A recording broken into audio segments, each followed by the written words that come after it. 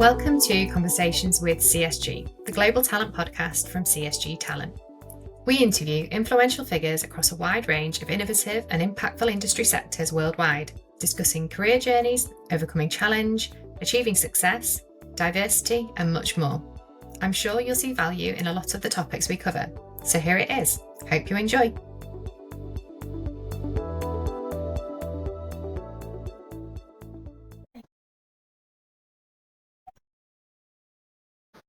Welcome to Conversations with CSG. Today, really pleased to be joined by Dr Dali Rashid.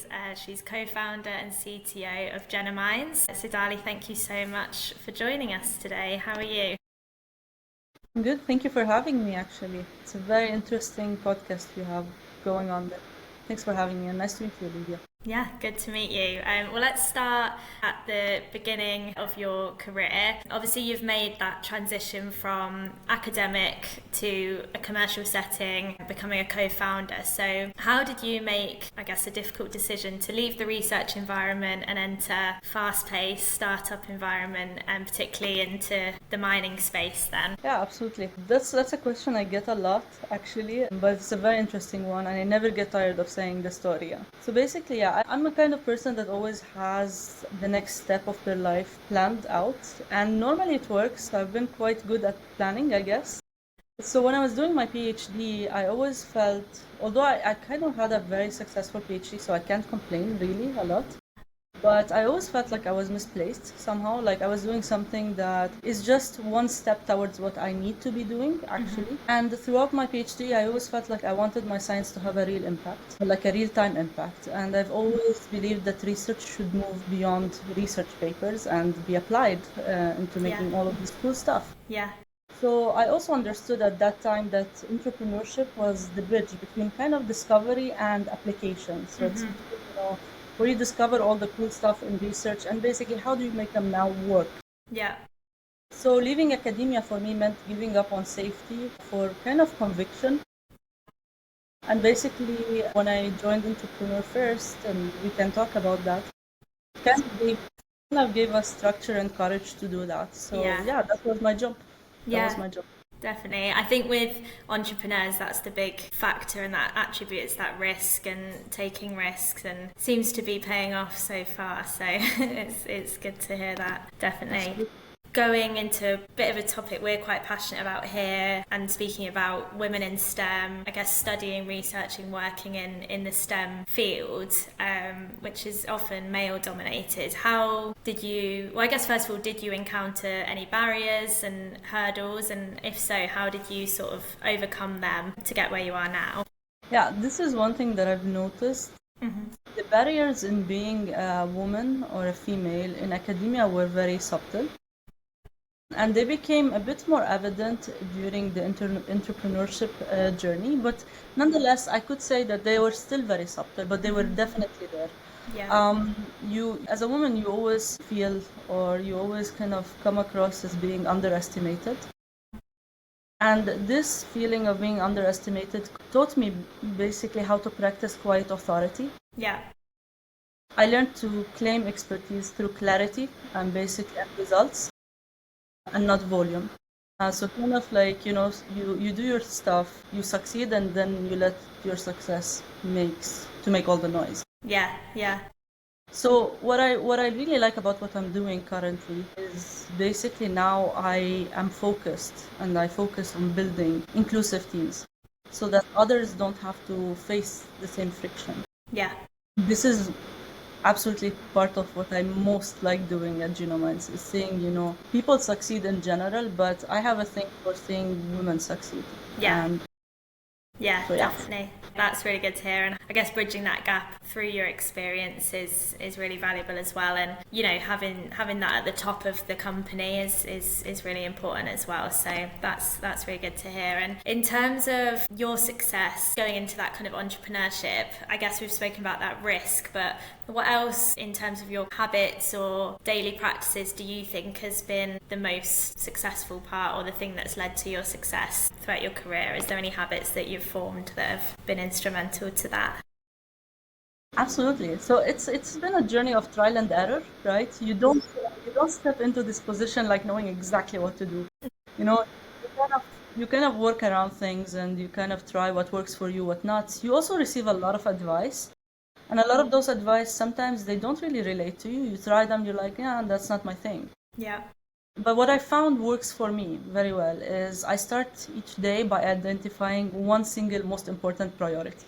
Yeah. Again, this is like my morning routine, Yeah. literally, for the past 4 years. It's very easy when you're in this kind of setting to get overwhelmed by a lot of things, all seem like a hair on fire problem, like you need to do them. So basically, starting each day, just identifying what is the priority. Also, what helps is protecting like this kind of deep focus blocks. Another habit that I have is basically every morning I have 2 hours blocked on my calendar where I don't do any meetings. I Okay. don't have like any interruptions, any Yeah. basically WhatsApp, Slacks, emails, Yeah. and just to do this deep work to focus on what we're Yeah. building. Yeah. I think on top of that, on a more personal aspect, is basically being healthy and building healthy habits Yeah. because I felt that really helped me in a lot of periods to sustain mental resilience. I mean, you cannot face the world and face what you're trying to do while you're feeling very ill and weak. So really taking care of yourself and figuring out what works for you, that was like the major thing that contributed to this. I love that, definitely, and that's a huge topic anyway. another Yes. kind of worms, but I think having that time to yourself uninterrupted, which I must be hard as an entrepreneur with a team as well, and you could work 24 hours a day, I'm sure, and still not get everything done. Yeah, absolutely. Yeah. Like you work and basically you feel like I'm still where I am. Like I Yeah. still have a lot to do. The list goes on and on. So yes, it's good to take a step back sometimes and kind of reflect, focus, and just take care of yourself. Yeah, definitely. And I guess going on to that, how do you balance the demands of day-to-day operations, all the things that are going on every day, but having that vision for the long-term growth, the strategy? How do you balance your time, with that focus as well? Yeah, so basically the way I see stuff is first of all, again, you need to when you're in this kind of position, you need to reflect a lot. Yeah. You need to always stay true to what you're trying to build. And basically, you always have to get the work done on a daily basis. You get through your task list, you take care of your team, you take care of yourself, all of that. But it's very important to every once in a while take a step back and reflect, like, are we still true to what we're doing? Are we Yeah. still going in the right direction? Are we still, you know, doing what we're supposed to do? And basically, I feel like this has worked. To be honest, there's no one rule that fits all, but I do feel like this was what has worked for me for the past few years. And I'm pretty sure that this will also actually, update every period that comes in a company's life or in a person's life. Will teach them new skills, new habits to actually be able to handle that. So yeah, that's how I've been going about trying Yeah. to do things. Yeah, because I guess what you probably planned at the start of the journey compared to now is probably nothing like what you planned, but it's having those values that are always constant, which is important as well. And I guess back to the start of your journey with Fabian and how the Genomines journey started. Talk to us a little bit about Entrepreneur First and how that all kind of came about. Yeah, absolutely. So Entrepreneur First is, as you know, is a talent investment program. So basically, they really invest in talented individuals. And so they connect the most ambitious people. You have to be very ambitious to really want to do I this. bet. And basically, they connect. What's cool about them is that they connect profiles that you would not really meet as part of your normal network. So this was a lot of reflection when I was, when I'm talking to Fabian, a lot of the times we're like, our lives do not intersect in any shape or form. Like I would have probably never met Fabian Yeah. had it not been to Entrepreneur First. So yeah, basically it was that I was doing my postdoc at the time, and I was feeling like trapped. I was always having the feeling that I'm not doing what I'm supposed to be doing in life. And basically, when I heard about Entrepreneur First, I kind of jumped with both legs in, literally not looking back. And this is where I met Fabian. And I do remember there was like this introductory video that Basically, they allowed the people that got into that program, and I think we were 50 at the time, to meet each other. So you see each other's faces, all of that. You don't really know them. It's before kickoff day. Yeah. And I remember, everyone was writing what they do and who they are in the chat on the side. And I remember I wrote, what I do. And I remember receiving a LinkedIn message from Fabian like 3 seconds later, like, hey, I'm also part of this program. Yeah. Let's talk. And when we started to talk, I saw with Fabian that we have a lot of common values. Yeah. For example, this environmental sustainability aspect that we're working with really means a lot to both of us. And it's that at that point where we had a lot of chemistry. We kind of understood what we needed to do. We had a mission, we had values, and basically we started to work together very early on, even before the program had initiated. We had the team, we had the idea, we wanted to do this. Yeah. Basically, EF gave us the urgency and the framework to turn that vision into enterprise. Yeah. Well, it's like a matchmaker for entrepreneurs then. Yeah, absolutely. Nice. And in terms of, your journey then, what was the starting point for Genomines? And I guess for anyone that's not familiar with the concept and the technology, what's an overview of you guys and the science behind it? Yes. Basically, the starting point of Genomines was at Entrepreneur First. Both of us met and we figured we wanted to do this. Jan is a mining engineer. I'm a biotech person. We were all both, as part of the program, you're supposed to be able to sell yourself first because you need to find a co-founder or else you're out. So it was like the Hunger Games, everyone was pitching. And I remember, with Fabian, I was telling him, like plants are going to be the next era of science. There's a lot of things that people don't know about plants, and they're pretty cool. Yeah. They're like the best blueprint that nature can offer for anything. Yeah. And he was like, blah, blah, blah. We're trying to figure. He was trying to challenge me. He was like, yeah, how would you solve, for example, metal scarcity with plants? And I was like, I've worked with these plants that are hyperaccumulators. They have this awesome capacity of extracting metal and stuff. Yeah. And he was like, I kind of know that also because in the mining industry, miners used to actually use plants as guides for their exploration. Yeah. And basically the idea started to come together. We then had a lot of sessions to kind of understand why we were the correct people to do this, why we were the perfect fit, why this hasn't been done before, what is the bottlenecks and all of that. And this is the idea rolled out, and we've been ongoing ever since. It's like an engine. That's amazing. I mean, it's a lot to get your head around, isn't it? But it's really interesting, and like you say, it's that sustainability driving it really, which is really important as well.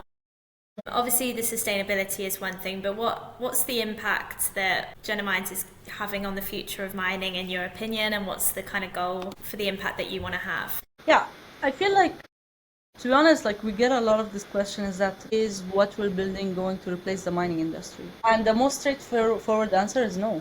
I mean, it will help. We are part of the extraction process. We can extract a lot of metals using a very sustainable system. But what I like to think of Genomines regarding the mining industry is that, it's kind of giving mining a new face. We really hate the word mining. We prefer extracting. Okay. Mining is linked to people's heads, moving mountains, fields, and all of that. So for us, we're trying to give mining a new face that is not as brutal environmentally, also socially. And basically, what Genomines brings to the table is a sustainable way to extract metals. Yeah. We cut the emissions that are normally associated with the mining industry. We avoid toxic waste. We also do all of that while we're restoring degraded land. Basically, we work on soils that are basically called ultramafic soils. And there are soils that are naturally polluted with those metals. These soils cannot be addressed by agriculture because nothing grows on them. People are suffering with those soils. And the mining industry, these soils are just too diluted for them to use. However, they do contain a lot of metals. So basically, we operate in the sweet spot between agriculture and mining. So, yeah. So basically, we bring a lot of sustainability to the sector. Yeah, and I think especially over the last couple of years, that's been the biggest sort of buzzword, hasn't it? Sustainability, and how do we move the mining industry to a more sustainable one? Because I still think it's perceived. I mean, there's going to be some environmental impact, but it's about reducing it and, you know, being more adaptable on how to do that. So hopefully, yeah, the future, or like you say, working hand in hand with it. Obviously, you've recently acquired your Series A funding, so congratulations on that. I'm sure that was a big milestone for you. And what does that mean for your next kind of stage of growth? You know, what's the plan going forward for that? Yes, and thank you for that question. Yeah, so Genomines is actually currently scaling. We're moving from, what a seed company looks like, typically where you're trying to make your technology in the lab, and now we're moving towards scaling up. So this Series A marks our shift from lab proof to industrial deployment. Okay. What this funding does in purpose is it accelerates our pilot plots, so basically our experimental plots that are on field. It accelerates our partnership and, basically scale up our milestones. Yeah. It also, on a more internal level, it also marks biotech entering a heavy industry, heavy industries as a serious solution for once. We're quite excited about that. I bet, definitely. Yeah, well, I bet it took a lot, like you say, to get there, and it's the start of it, really. So that's always good. And in terms of the people, I know we've discussed your values that are kind of built in to the business and really important, as they should be. So what type of people, are you looking for to join your journey? What kind of attributes and values do they need to have? And I guess experience as well, because it's quite niche, as you say, and still something relatively new as far as extraction goes. So what's the plan in terms of the internal team? Yeah, absolutely. We have a lot of great plans for the internal team. So normally, as a rule of thumb, at Genomines, we try to hire people that are in a way where you can say they are builders and not passengers. So basically, people that like to groundbreaking people. They like to, shake systems up. Yeah. We also like people that, and we encourage people that are creating new categories, kind of like what we did. Yeah. To us, curiosity, adaptability, integrity, great credentials, which is not very common, I've noticed, but we do hire people for values. We're a very value-driven company. Definitely. Actually, part of the values that we have were set by our employees, by our team. We actually did this as a team exercise, and we actually told people like, hey, what means the most to you? What do you want this company to represent? And this is the reason why we hire for values first, actually. Some of the ones that I like is basically ownership, humility, and courage. You can add to that decency and kindness, and I believe having this kind of combination, you can never go wrong. And this has worked for us so far. We have some of the best people on board, some of the most ambitious, kindest. They make this journey worth it. Definitely. And I think with your, entrepreneurship and, your nature, you need somebody to be as passionate. I know it's coming along on the journey with you and being able to be passionate as you are, and wanting to grow it as well, especially as the group scales a lot more as well. So yeah, that's good to hear. And in terms of the technology then, obviously, like we said at the start, you wanted it to have an impact, and I guess you want the technology to work practically rather than theoretically as well. How do you ensure that the technology is going to be successful in execution rather than just theoretically? Absolutely. So there are several tricks that you can do here while setting up the strategy. So basically, when we first designed our strategy, our scientific strategy or our operational strategy, or even our experiments on a more, fundamental level, we always design our experiments and strategies with field constraints. Meaning the goal from day one is to hit field, is to go to field. So we have always prioritized, basically, and this I always tell to the team, we always prioritize robust. Yeah. It doesn't matter that you don't have to design the most perfect fields very early on, I'm saying fields because this is our case, right, with the agricultural sector, or the most elegant experiment. You just have to design something that gets you there. and then you can optimize. This is where you can start making everything look beautiful. Yeah. And we keep that in mind. So basically, the lab to field loop ensures real world performance. Another thing that has helped us very much is basically partnering very early on with the industry. And basically that helped us shape this kind of practical innovation, and this innovation in a way that it is practical, which basically has been our case. So yeah, very early on we went to fields, very early on we've sent some nickel samples to battery manufacturers. It was not always perfect, but it was there, it was happening. Yeah, definitely. And like you say, kind of knowing that it's going to work from the start, so you're not also spending all that time developing it and then realizing, you know, further down the line when there's time and money spent on it, that it's all about being efficient, isn't it, and doing the best thing. Well, that's great. And I guess the final question we ask all our podcast guests on this series, I know you touched on it at the start, being an entrepreneur, having all that advice thrown on you. What's the best or most valuable piece of advice you've ever received throughout your career that's kind of stayed with you? Yeah, I think that's a very interesting question because you receive a lot of advice as an entrepreneur. But I think the one that actually stuck with me and I still live by it is basically don't build what's safe, build what's true. And the moment, you have to always be true to what you build, and you always have to feel that what you're building actually represents you. So basically being authentic about what you're building, and basically having this actually outlast trends or validation, and this has helped me enormously.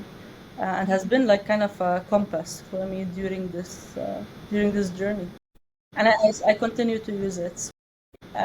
This is the most thing that I like about what we're building, that it truly represents who we are as people and what we want to see the world have. Yeah, I love that. I think, a lot of people would take that on board, and particularly entrepreneurs, and even, us, it's something we like to live by as well. So that's, really good to hear. So it's been really nice to speak with you, Dali. Appreciate your time, and really looking forward to seeing what's next for Genomines and taking over the mining industry. Thank you so much. It's been a pleasure. Thank you so much. Likewise. Thank you. That was Conversations with CSG. I'm sure many professionals will relate and see value in the insights shared.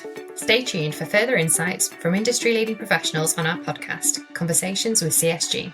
Thanks for listening.